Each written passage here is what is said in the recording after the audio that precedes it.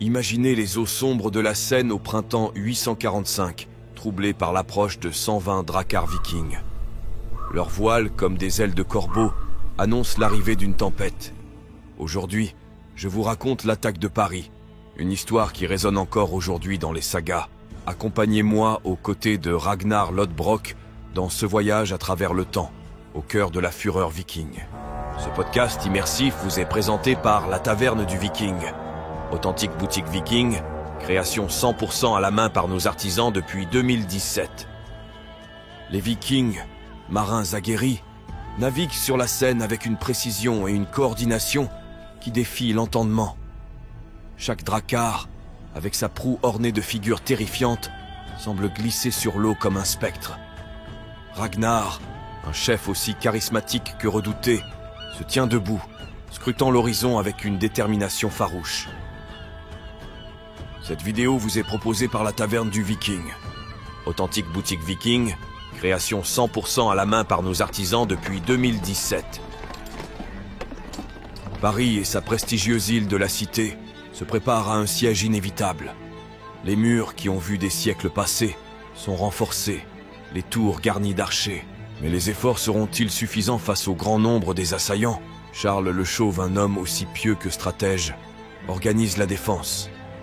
Il ordonne aux femmes et enfants de se réfugier dans les églises, priant pour la protection divine, tandis que les hommes s'arment de lances, d'épées et de fouets. À l'aube du 28 mars, l'assaut commence. Les Vikings, hurlant des chants de guerre, se jettent sur les berges. Les défenseurs de Paris, bien que déterminés, sont ébranlés par la violence et la tactique de l'attaque des hommes du Nord. Ragnar, tel un loup au milieu des brebis, mène ses hommes avec une férocité inouïe. Les Parisiens, luttant avec acharnement, tentent de repousser les envahisseurs, mais la pression est immense. Après des heures de combat acharnés, Charles le Chauve ordonne à son armée de défendre et sauver l'abbaye de Saint-Denis, ouvrant les portes de la cité à Ragnar. Aux lueurs de la lune, Paris est enfin submergé par une horde de Vikings. Les sagas et légendes racontent que la ville brûlait tellement qu'elle illuminait la région à des kilomètres. Ragnar, exigeant une rançon colossale, impose sa volonté au roi Charles le Chauve. La somme de 7000 livres d'argent et d'or pour quitter la ville. Charles le Chauve, face à cette humiliation, n'a d'autre choix que de payer pour sauver sa ville et sa réputation. Il fallut 2 mois à Charles pour réunir l'argent.